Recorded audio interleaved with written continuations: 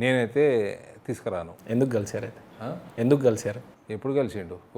4 ఏళ్ల కింద ముచ్చట. నేను ఎంపీకి గెలిచిన, ఆయన వచ్చి కలిసిండు, ఆయన ఎమ్మెల్యే వచ్చి కలిసిండు, పూలు ఇచ్చిపోయిండు. బొకే అయితే 4 ఏళ్ళు అయిపోయింది. 2 సార్లు ఎమ్మెల్యే గెలిచిన. పూలు కూడా వాడిపోయినాయి. ఈ మధ్యకాలంలో ఏమన్నా ఫోన్లు వచ్చినాయా? ఎమ్మెల్యేగా నేను 2 సార్లు గెలిచాను, నాకు మంత్రి పదవి ఇవ్వట్లేదు, నాకు ఇక్కడ న్యాయం జరగట్లేదు, ఎంఐఎంతో అలయన్స్ రాబోతుంది బోధనలో, సో ఈసారి టికెట్ కూడా రాకపోవచ్చేమో, సో ముందే ఆ చైర్ని ఏమన్నా. మా దగ్గర మంచోళ్ళు ఉన్నారు, ఉండని రాదు. అంటే బోధన్ షకీల్ ఎమ్మెల్యే మంచోడు కాదంటారు? నేనేం అంటలేనే, నువ్వు అంటున్నావు. ఆయన మంచోడు ఉన్నాడా లేదా లేదా కన్నా మీ దగ్గర అయితే మంచోళ్ళు ఉన్నారని ఉన్నారు. మరి ఇంకెందుకు? నిజామాబాద్ ప్రజలకి ధర్మపురి అరవింద్ సిగ్నేచర్ స్టూడియోస్ వేదికగా ఏమన్నా చెప్పాలి అని అంటే ఏం చెప్తారు? ఫస్టే చెప్పిన, ఇంటర్వ్యూ స్టార్టింగ్లో చెప్పిన, దేవుడు నేను ఇట్లనే ఆశీర్వదించాలా, నువ్వు బిజినెస్లో ఇంకా ఎదగాల, ఎదిగి మంచిగా కంఫర్టబుల్ కాగానే ప్రజాసేవ కోసం నీకు ఇంట్రెస్ట్ ఉంటే నువ్వు పార్టీలకు వచ్చి పని చేసుకోవాలి. ఇంకో విషయం అడగాలనుకుంటుంది ఏంటంటే మీ ఫౌండేషన్స్ గురించి. అందుకే బిజినెస్ గురించి ఎత్తినా నేను. మీకున్న బిజినెస్లు ఏంటి, ఎలా ఫౌండేషన్స్ని రన్ చేస్తున్నారు, కార్యకర్తల కోసం కూడా అలాంటి ఫౌండేషనే తీసుకొచ్చారు, దేశంలో ఏ ఎంపీ చేయనట్టు విధంగా అలా చేయడానికి గల కారణాలు ఏంటంటే? నా రెస్పాన్సిబిలిటీలో ఇదొక భాగం. నా కార్యకర్తలు పీస్ఫుల్గా ఉంటే మేము పీస్ఫుల్గా ఉంటాం, పార్టీ పెరుగుతుంది.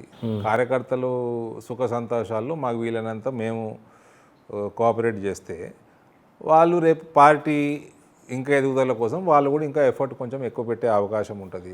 So we are one family. అంటే డొనేషన్స్ తీసుకొని రన్ చేస్తున్నారా ఫౌండేషన్ని, మీ ఓన్ ఫండ్తో రన్ చేస్తున్నారు? నేను పిల్లల కోసం ఫండ్ చేసేది no donations from outside. మీ కార్యకర్తల కోసం చేసేది తీసుకునే ఆస్కారం ఉంది, కానీ తీసుకోరు. ఇప్పటివరకైతే సిగ్నిఫికెంట్గా ఏం తీసుకున్నట్లేదు. ఏ నేపథ్యంలో పిల్లల గురించి ఆ ఫౌండేషన్, ధర్మపురి ఫౌండేషన్ పెట్టాల్సి వచ్చింది? అది పర్సనల్ ఇష్యూస్, 2012 ముచ్చట అది. అంటే మీ బాబుకి జరిగిందని ఇంకెవరికి జరగకూడదని సినిమాలు చూసి ఇన్స్పైర్ అయ్యారు? సినిమానా? సినిమా ఏంది? సినిమాలో కూడా హీరోకి వాళ్ళ ఫ్యామిలీకి ఏదైనా అవుతా ఉంటే ఫౌండేషన్ పెడతారు.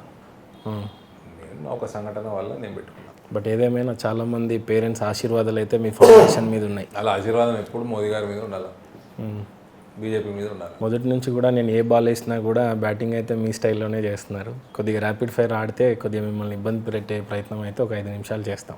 ర్యాపిడ్ ఫైర్ ఉంటుందా? ర్యాపిడ్ ఫైర్ నేను చెప్పండి చెప్పా, మీ ఇష్టం. మీ ఓటు మాత్రం ఒకరికి వేయాలి, నేను 2 పేరు చెప్పు ఎందుకు అని చెప్పాలి. ఒకరికి వేయాలనా? నోటా లేదా? నోటా లేదు, ఆప్షన్ మీరు తయారు చేసేది. చెప్పు. బండి సంజయ్ ఆర్ ఈటల రాజేందర్? కరీంనగర్లో బండి సంజయ్, హుజరాబాద్లో ఈటల రాజేందర్. అది మా అందరికీ తెలుసు సార్. ఈటల రాజేందర్ గురించి చెప్పాలి అని అంటే ఏం చెప్తారు? మన ఈటల రాజేందర్ గారు ఒక చిన్న స్థాయి నుంచి ఒక తెలంగాణ మీద కమిట్మెంట్ తోటి రాజకీయాల్లోకి వచ్చి 6-7 సార్లు శాసనసభ్యులుగా, ఒక నాయకుడుగా గత 2 దశాబ్దాల పైనుంచి ఎదిగిన ఆయన. సంజయ్, నేను మేమందరం ఫస్ట్ టైం ఎంపీస్మి. సంజయ్ కార్పొరేటర్ ఉండే అనుకుంటా అంతకుముందు, ఒకసారి 2 సార్లు ఎమ్మెల్యే కంటెస్ట్ చేసి ఓడిపోయాడు.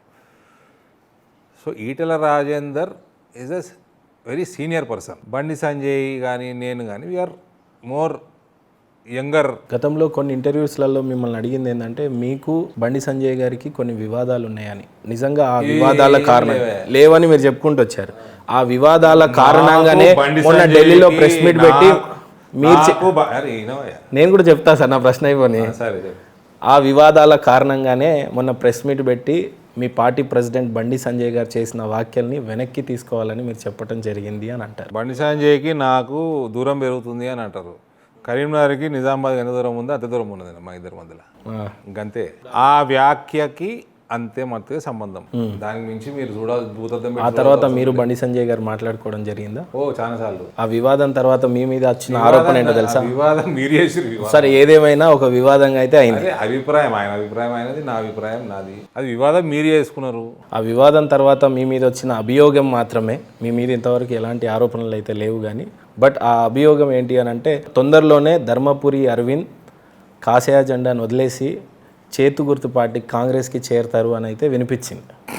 నిజంగా అనేస్తారా? ఎక్కడ వినిపించింది? నిజామాబాద్లో అయితే నేను ఆల్రెడీ ఒకసారి మీ పిఏ గారిని, నాగిరెడ్డి గారిని అయితే అడగడం జరిగింది. జీవితంలో అయ్యే పని కాదు. Not in this life. నా నెక్స్ట్ జన్మ ఏమైనా ఉంటే అప్పటి వరకు కాంగ్రెస్ ఉండదు. ఈ జీవితంలో అయ్యే పనే కాదు. మాట్లాడితే ధర్మపురి అరవింద్ మోడీ గారికి భక్తుణ్ణి అని అంటాడు. ఏం చూసి భక్తులయ్యారు? క్లారిటీతో చెప్తున్నా, ఈ జీవితంలో నరేంద్ర మోదీ భారతీయ జనతా పార్టీ తప్ప వేరే ఆస్కారం లేదు.